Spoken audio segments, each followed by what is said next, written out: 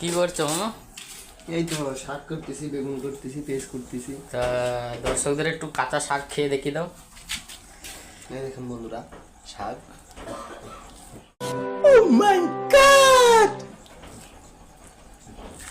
কেমন টেস্ট? সেই টেস্ট, আমার কাছে সেই লাগতেছে।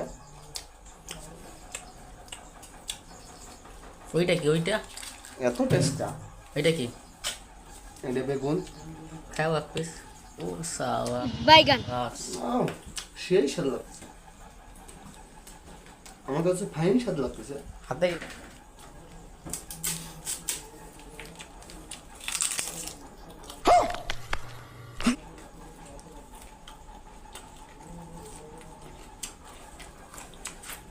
অসাধারণ লাগতেছে।